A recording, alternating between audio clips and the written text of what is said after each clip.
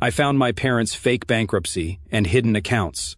Then I destroyed their plan to take my house. While I was at work, my parents moved my children's things to the basement, saying, "Our other grandson deserves the best rooms." When I returned and saw my sons crying, I just smiled and told them, "Pack your things." My parents had no idea what was coming. It was an exhausting Friday.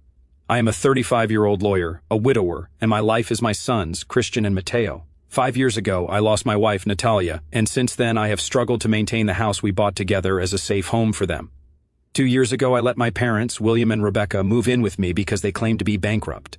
Then my brother, Christopher, came with his son Isaac after his divorce.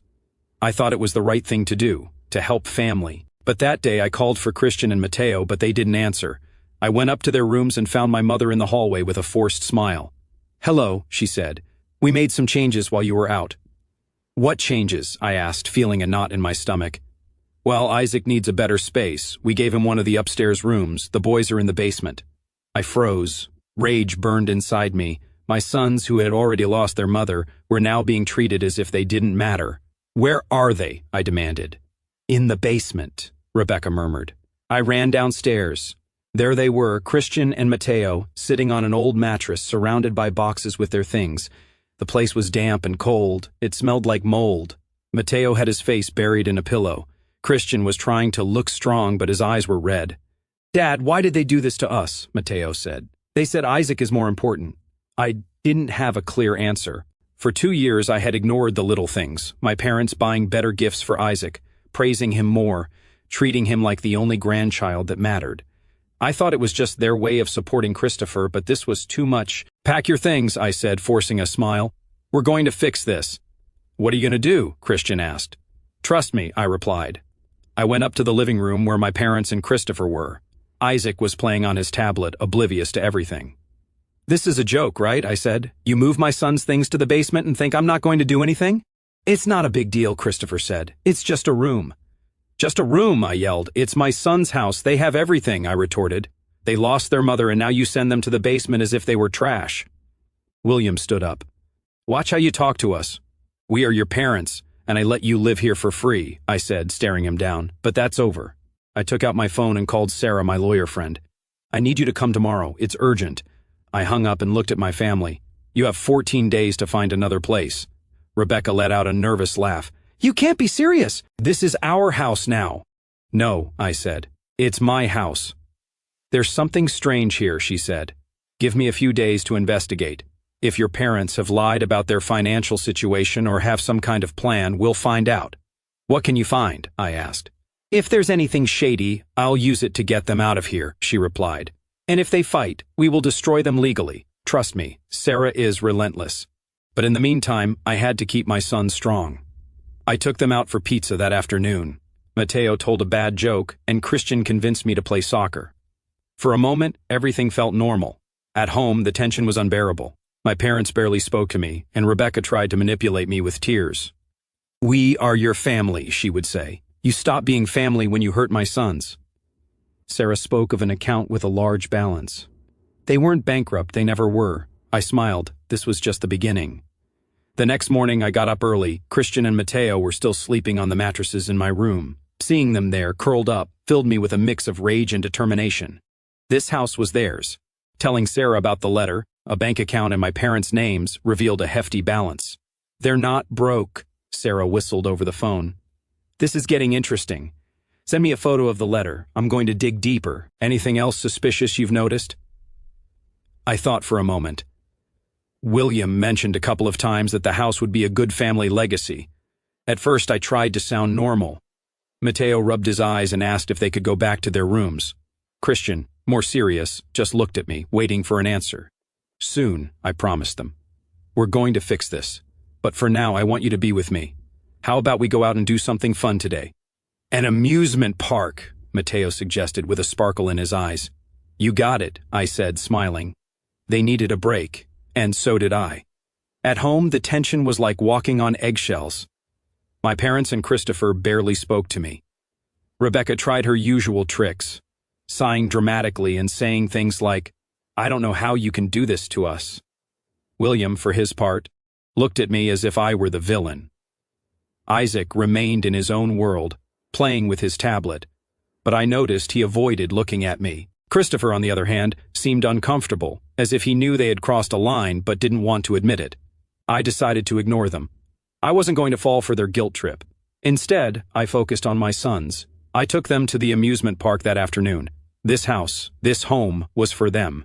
Natalia would have demanded it of me. That night, while the boys slept, I reviewed more papers in my office. I found something else strange. I took a photo of the email and sent it to Sarah. "This is big," she texted back. "That lawyer is known for handling property disputes. I think your parents might be trying to claim the house, or at least a part of it. I need more time, but this looks bad."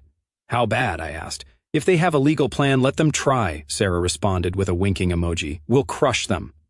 The following days were a game of patience. I kept my parents and Christopher at a distance, responding only when necessary. Rebecca tried to talk to me a couple of times with tears and excuses, but I cut the conversation short. 14 days, I would remind them. 3 have passed. I took them to the movies, to the bowling alley, anywhere to get them out of the house and give them some normality. On one of those outings, I met Sandra, a single mother who was at the same bowling alley with her daughter. Our kids ended up playing together, and she and I talked for a while. She was a teacher, funny, with a laugh that made my stress melt away for a moment.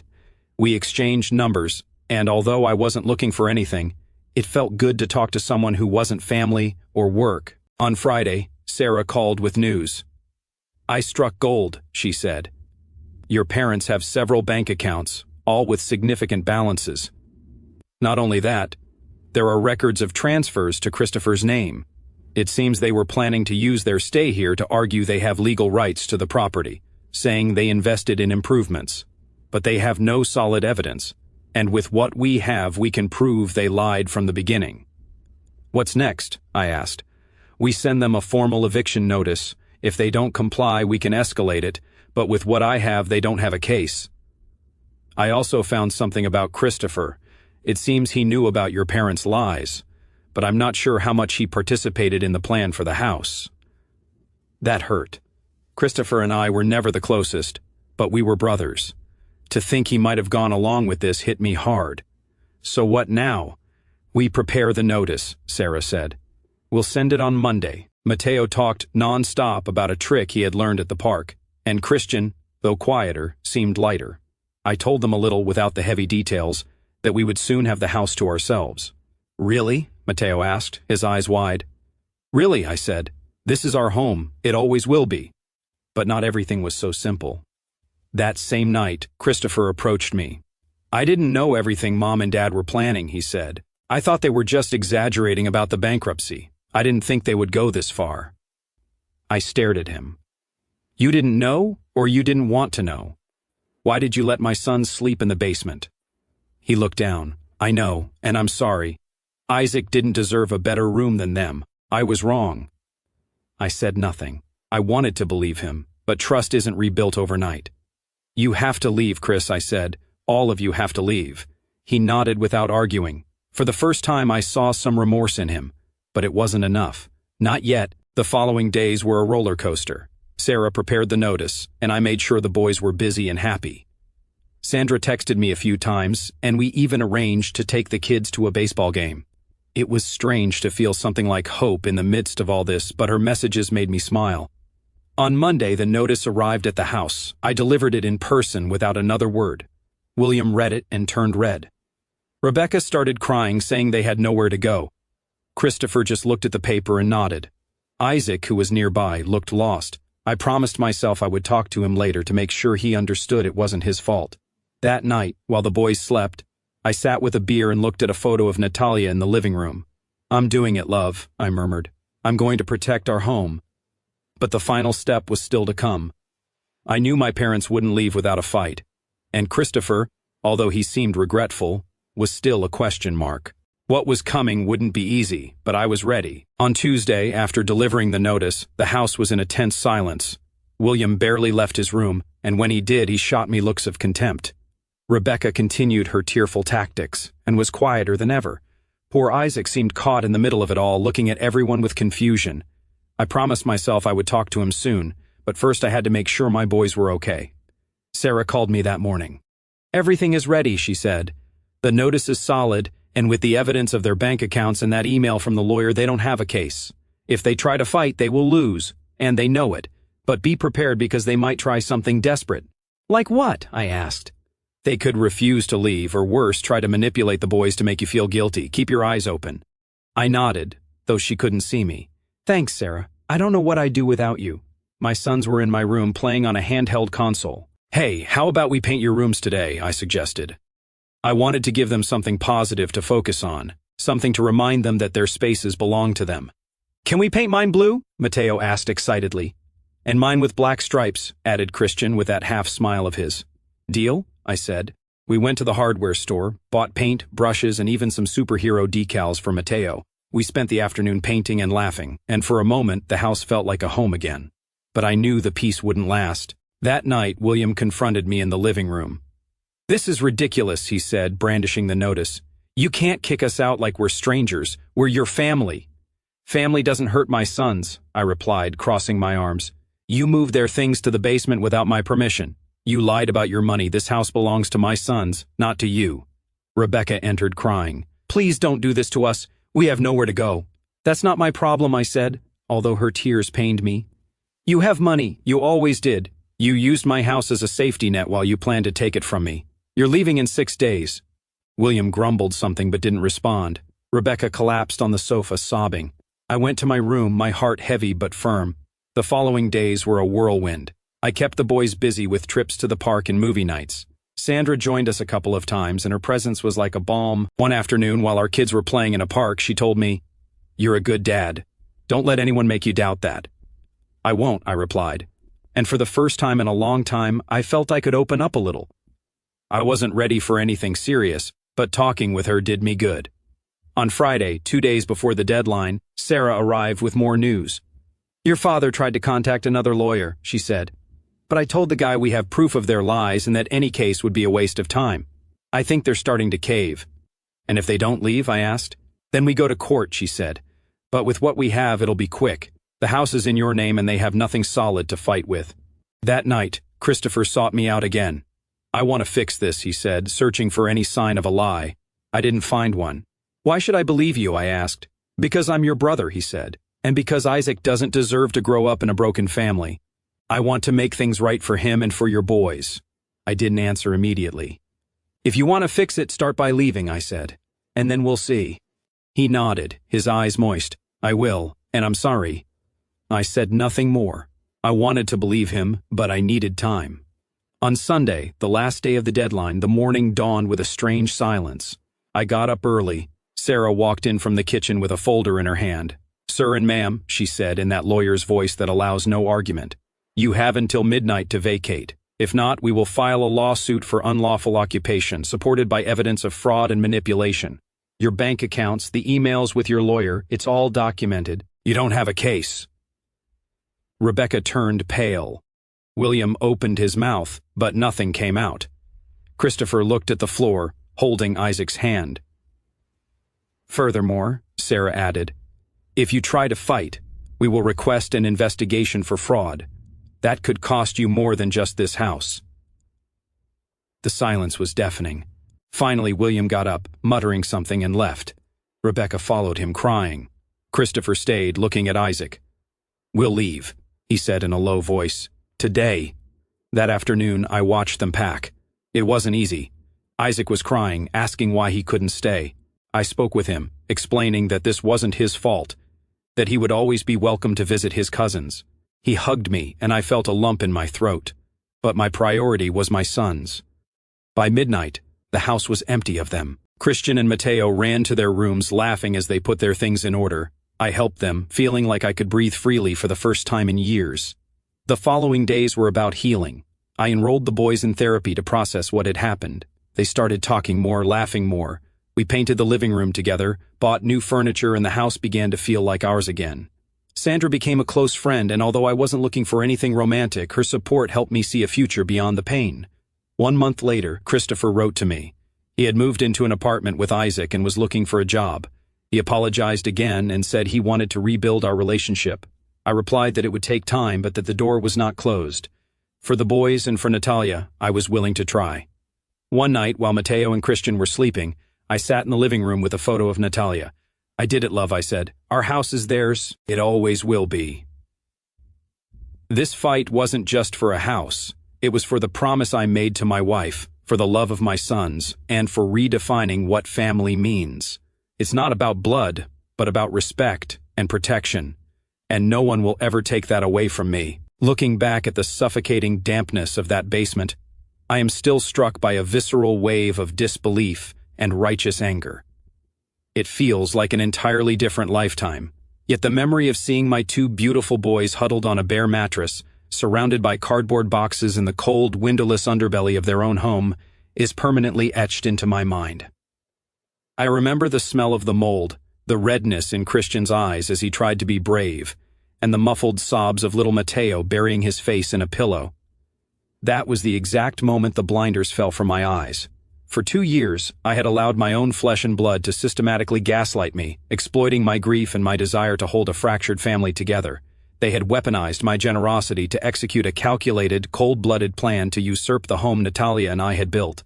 But as I stand in our sunlit living room today, listening to the chaotic, beautiful sounds of Christian and Mateo arguing over a video game upstairs, I know with absolute certainty that kicking my parents out was the most vital act of fatherhood I have ever performed. The transformation of this house over the past 6 months has been nothing short of miraculous.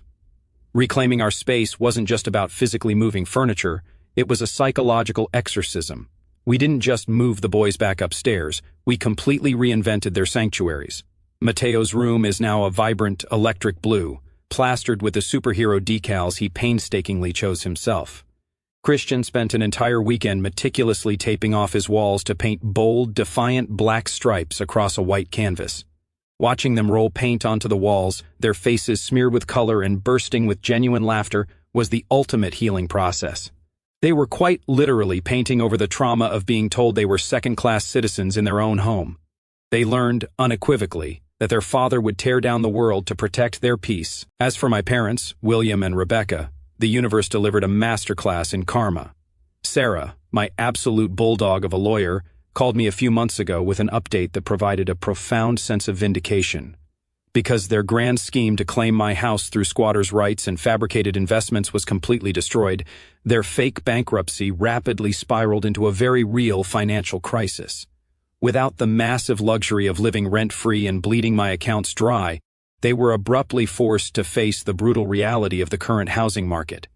They had to drain a significant portion of those hidden, secret accounts to purchase an overpriced, cramped condominium in the suburbs. To make matters even more poetic, my father's bruised ego drove him to sink a large chunk of their remaining savings into a highly volatile business venture, desperately trying to prove he was still the patriarch. It failed miserably. Now my mother occasionally leaves me long, tear-soaked voicemails, weaponizing her tears just like she used to, wailing about how much they miss their grandsons and how cruel I am for abandoning them in their old age. I listened to them once, feeling absolutely nothing but a cold, hard boundary, and then I calmly pressed delete. The fierce protection I have for my children leaves zero room for their toxic manipulation. The most unexpected and beautiful redemption, however, belongs to my brother. When Christopher stood in my living room on that final night and promised he wanted to fix things, I assumed it was the desperate plea of a man cornered by his own cowardice. I was wrong. The shock of the eviction actually woke him up. He secured a demanding but steady job managing a logistics warehouse, moved into a modest apartment with Isaac, and completely cut the financial cord from our parents. More importantly, he humbled himself. He started attending therapy to unlearn the toxic entitlement our parents had instilled in us. Last month, I finally felt ready to invite them over for dinner. The initial awkwardness melted away the moment Isaac, who had been so quiet and terrified, ran up and hugged Mateo. Christopher didn't ask for money, he didn't complain about his small apartment, and he didn't make excuses. He just stood on the patio with me, flipping burgers on the grill, and quietly said, "Thank you for not letting me become them. Thank you for giving me a chance to be a real father to Isaac." And then, there is Sandra. The single mother who bumped into me at a bowling alley has become an incredibly vital, steady presence in our lives. Our relationship hasn't been a dramatic whirlwind romance meant to replace the massive void Natalia left behind. It has been built on a foundation of profound, mutual respect and shared parenthood. Sandra understands grief in a way that doesn't demand I get over it. She just holds my hand while I carry it. Last weekend, she organized an enormous camping trip for Christian, Mateo, Isaac, and her own daughter. Watching her patiently sit beside Mateo, teaching him exactly how to rotate a marshmallow over an open flame without catching it on fire, I felt an overwhelming wave of peace. She didn't try to be their mother, she just offered them the unconditional warmth they so desperately needed after a chaotic 2 years. The boys adore her. Her daughter fits seamlessly into our chaotic dynamic, and I am finally beginning to feel the heavy, oppressive knot of tension entirely released from my chest. Late last night, long after the house had fallen completely silent, I found myself sitting in the living room with a heavy glass of bourbon, the moonlight cutting across the hardwood floors. I walked over to the mantel and picked up the small, silver-framed photograph of Natalia. She was smiling brightly at the camera, a picture taken just weeks after we closed on this beautiful, safe home. I traced the edge of the frame with a profound sense of closure. "I did it, my love," I whispered into the stillness, my voice cracking with a fierce, absolute conviction. "The walls are painted, the boys are safe. No one will ever take this from them." The battle to secure my family wasn't just about a house or money. It was the ultimate test of redefining what family actually means. Family is not blood, entitlement, or legacy. It is protection, respect, and unconditional safety. And I am finally ready to live. As the curtain falls on this personal story, let us look at the bigger picture. The story may have ended, but its echoes open up a larger discussion about true boundaries in relationships, and how easily the idea of family can be twisted into a quiet system of control. What happened here is not rare. It is a familiar pattern dressed in different details. One person becomes the pillar, the provider, the one expected to absorb discomfort so that others can remain comfortable. And over time, that expectation hardens into an invisible contract. Unspoken, unquestioned, but deeply enforced. In many families, harmony is treated as something sacred, but often at the cost of truth. Phrases like, "they're still your parents" or "family should stay together" are used not as values, but as tools. They are invoked selectively, usually when the person who has been wronged begins to resist. The real tragedy is not just that the children were pushed into a cold basement, stripped of dignity in their own home, but that everyone else in that house silently agreed it was acceptable. That is how these systems survive, not through one act of cruelty, but through collective justification. One child becomes more deserving, one parent becomes too sensitive, and suddenly, injustice is reframed as necessity. And maybe you, reading this, have felt something similar. Maybe you've been the one expected to give more, stay quiet, tolerate a little longer. Maybe you've been told that pushing back would break the family, as if the family wasn't already breaking, you were just the one holding the cracks together. I want to speak to you directly here, not as a distant observer, but as someone who understands how heavy that role can feel. Because saying no for the first time doesn't feel powerful. It feels terrifying. It feels like betrayal, even when you're the one who's been betrayed. There is a deep, almost physical guilt that comes with choosing yourself or choosing your children over the expectations placed on you. You question everything. You replay conversations. You wonder if you could have handled it differently, softened your tone, waited longer. But what this story shows, in its rawest form, is that boundaries are not acts of destruction. They are acts of protection. They are the moment you stop negotiating with harm and start drawing a line around what must not be crossed again. And sometimes, that line looks harsh from the outside. It looks like eviction notices, silence, distance. It looks like refusing tears that once would have worked. But what people don't see is the quiet courage behind that decision. The nights spent doubting yourself, the weight of choosing long-term healing over short-term peace. Because peace, in these situations, is often just another word for silence. And silence, when it protects wrongdoing, becomes its own kind of violence. There is also something else here that matters deeply: the next generation. The children who watch everything. They may not understand the legal details or the full history, but they understand how they are treated. They understand whether they are protected or sacrificed. And in that moment, when a parent chooses to stand firm, they are not just reclaiming a house, they are rewriting a legacy. They are teaching their children that love does not mean accepting less than you deserve, and that family is defined not by blood, but by how fiercely you are willing to protect one another. So the question that lingers is not whether the decision was too harsh, or whether reconciliation should have come sooner. The real question is far more uncomfortable, far more personal. If protecting your children meant becoming the villain in your parents' story, would you still have the strength to choose them?